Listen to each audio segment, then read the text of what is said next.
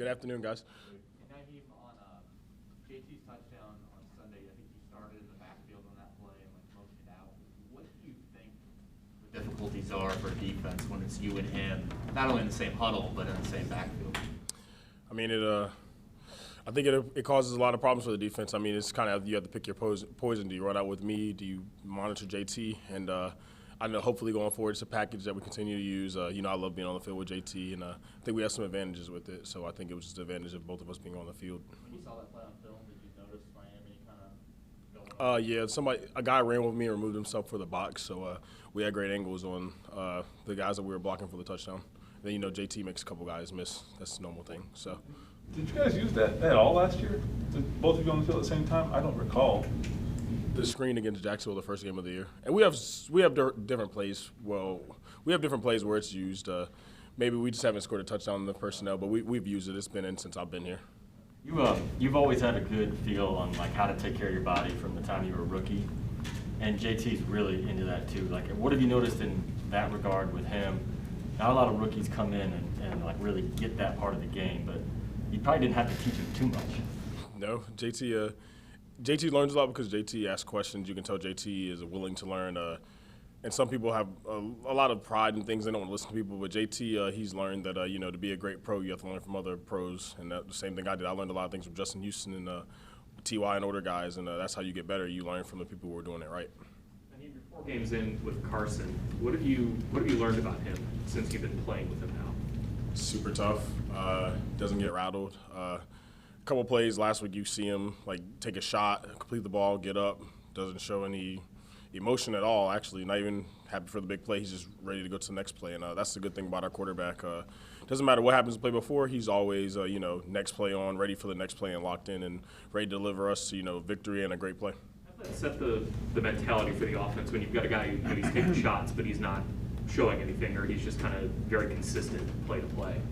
It's easy. I mean, when you see him, he's a lot like Frank, very, not emotional. And no matter what good or bad happens, he's the same. And that's what we need.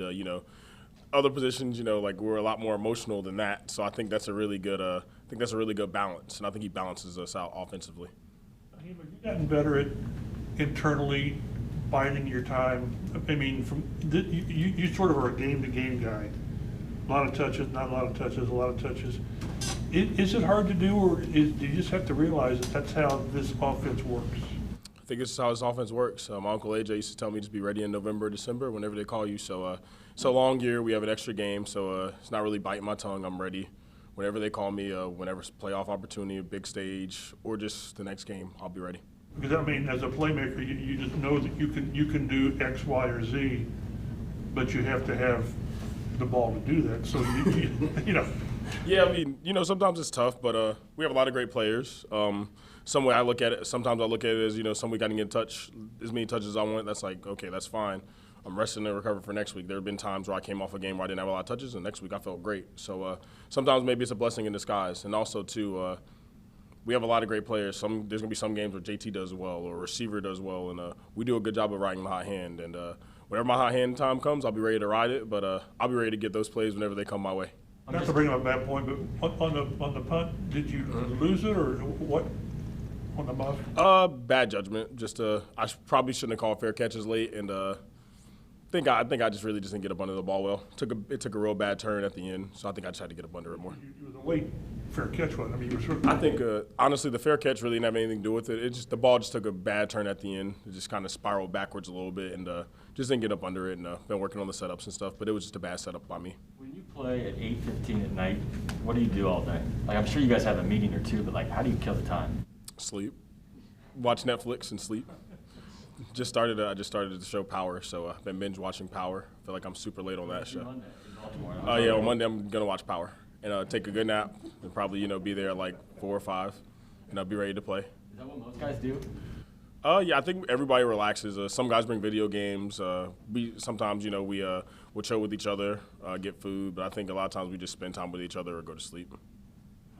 Carson talked about the person who gets the balls dictated by the play that's called, but do you feel like Michael Pittman can develop into the person that maybe demands the ball, regardless of coverage or, the scheme of the play?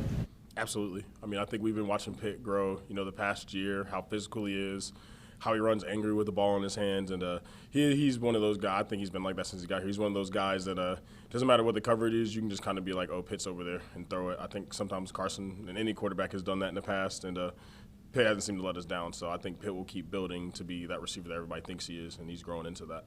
When did you guys first sense that energy that he brings? Yeah, you talked about him running angry or the energy he has when he has the ball. When did you guys first sense that he kind of possessed that? I think first it was when he, like Zach's always been like the guy who comes down and blocks the force on like the nickels and safeties, and then we start seeing Pitt do that. We're like, okay, he's a physical guy. Then it only takes a couple of times when he catches the ball. When Pitt catches the ball, you can clearly see he doesn't care. Like, he's going wherever. He doesn't care who's there. He's going to do what he's going to do, and he's going to run hard. So after you see a guy who doesn't care like that a couple times, you really respect that, and you love to watch him run. Nyheim, how does the buzz, your friends and family, Monday night game compare to a regular Sunday? I mean, I don't even think it's, family and friends do all that, but I think even in here, it's a primetime game. It's Monday night. Every person in the NFL, I'm sure they grew up watching Monday night. Like, I was in the backyard at halftime running around picturing me doing that one day when I was a kid. So I think a lot of us in this locker room are like that. So I don't think it really takes any family or friends to hype yourself up. I think this locker room and just your childhood hypes you up enough. So super excited to be under there. This is how legends are made in these big games, playoff games, Monday night games, and primetime games. On the punt, it looked like you came up, and I don't know if you were motioning to something or favoring something. Were you banged up at all on that play? Yeah, I just rotated my shoulder a little bit. When a guy dove, he dove on the ball, so with my arm out.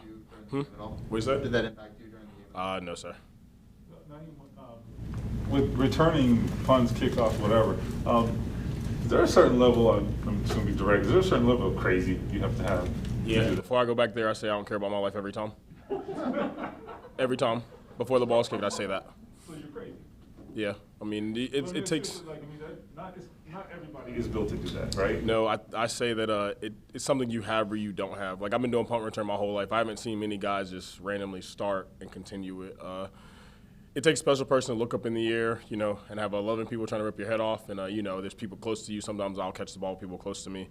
And I think it's just a skill that you attribute, firstly just as a kid. And I think it's something you always have. What's the worst hit you've taken off of a punt return? The first hit I've taken on punt return? The worst hit you've taken off a punt return? My second year in 2019, Cleveland.